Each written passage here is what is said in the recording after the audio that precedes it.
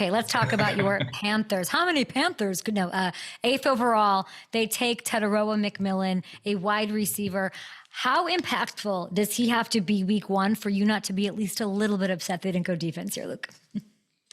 You know what? I don't even know if it's week one. I think it's just over the course of the season. Does he provide value to that offense? And I think when you look at what we've done on the offensive side of the ball, really starting in free agency last year, we bring all the big offensive linemen in. Robert Hunt has been unbelievable for us. He's a great player, but he's a better person. He's really a rock on our team on the offensive side of the ball. You get Damian Lewis, Corbett, you draft the first round tackle on Icky, and then Taylor Moton has been a monster. You go draft Leggett, and then moving forward to this year, you go Yeah. you go get Tetaroa, and you look at our wide receivers in the offensive side of the ball. They're big. Thielen's 6'2", 6'3". Leggett's big. You look at Tetaroa, he's a 6'5" guy. Jalen Coker is a big guy. So they're surrounding Bryce with guys up front, guys outside, and then you bring in Rico Dowdle, you draft ETN, and then obviously having Chuba back.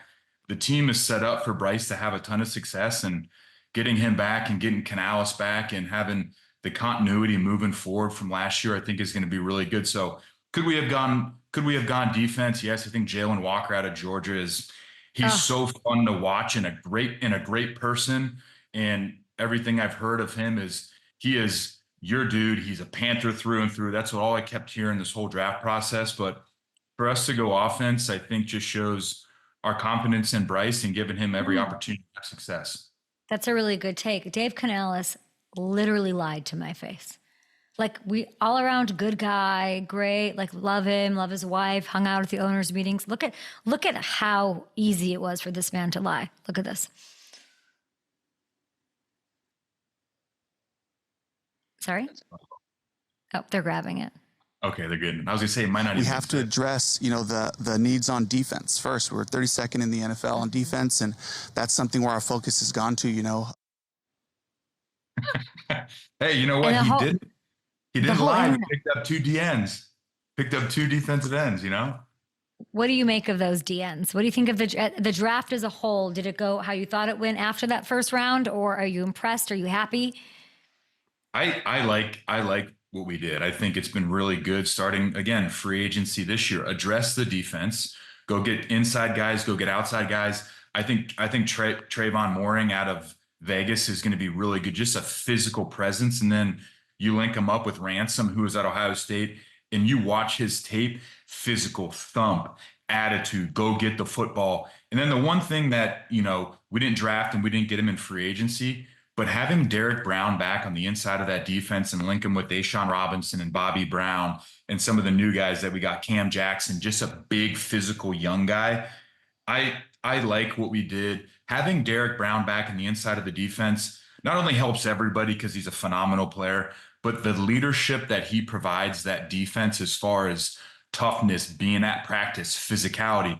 He played that first game in New Orleans on a torn meniscus, played the whole game, played great, got on the plane, went home, and then woke up on Monday and said his knee hurt, and he had the knee injury, unfortunately. So for us, yeah, we would have loved to go get like a Mason Graham, or obviously Abdul Carter would have been awesome, but he was never going to get to us at 8. So I think our plan was probably all along, hey, none of those guys are going to be there. If we can't trade out and we got to pick a guy, T-Mac is going to be really good, and Bryce and him obviously have that connection. So I like where we're at. I think we've done a great job the last 2 years in free agency and the draft. And you get Canales back and you get Dan and Brant and all those guys moving in the same direction. I think there's a lot of excitement down here in Carolina for what we're going to have moving into the season. And I think I heard a rumor that Bryce and Tetaroa are like hanging out already, or they were hanging out and working out. What do you know about that? Yeah, you heard him after he got drafted, the Cali connection. So I think that's huge. I think when you look at Bryce and him meeting or seeing each other right here, that connection between wide receiver and quarterback is so important. And I saw it in Carolina. It was with Greg and Cam. Obviously, Greg was a tight end, but those guys had such great feel for each other, and they understood where each other was going, and they had routes on the backside of formations where it was strictly feel. And it was so fun to watch those guys in practice work through all of that, have mistakes, have corrections, have conversations on the side. And then when they get in the game, it was perfect. So yeah, I think them having an opportunity to be around each other pre-draft and get a feel for each other. And then I'm sure Bryce has endorsed him and talked to Dan and Dave and said, hey, Yeah. I like this guy. We get along really well. It continues to move in the right direction. Give the smaller quarterback, big receivers. Let's see what happens. I'm looking at the odds right now. Panthers plus 250 to make the playoffs over on FanDuel Sportsbook. I'd like to see that.